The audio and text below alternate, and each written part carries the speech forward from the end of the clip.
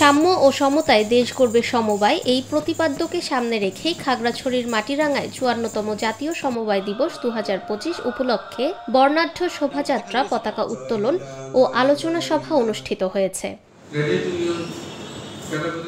পহেলা November শনিবার বেলা 11:30টার দিকে উপজেলার প্রশাসন, সমবায় বিভাগ ও সমবায়ীদের আয়োজনে উপজেলা প্রাঙ্গণ থেকে এক বর্ণাঢ্য শোভাযাত্রা বের হয়।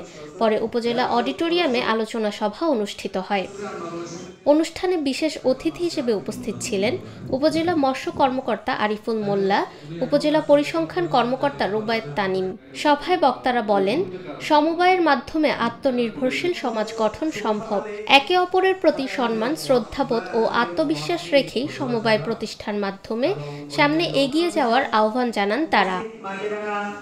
আলোচনা শেষে কয়েকজন ব্যবসায়ীদের মাঝে ১,৪০,০০০ নগদ অর্থসহ শ্রেষ্ঠ সমবায় সদস্যদের হাতে সম্মাননা ক্রেস্ট তুলে দেওয়া হয়। এ সময় আরও উপস্থিত ছিলেন উপজেলা সহকারী কৃষি সম্প্রসারণ officer Mohammad Abdur Rahim, Matiranga fire service incharge Mohammad Harun সহ উপজেলার বেশ কয়েকটি সমবায় সমিতির সভাপতি, সম্পাদক, সদস্যবৃন্দ ও স্থানীয় গণমাধ্যম কর্মীরা।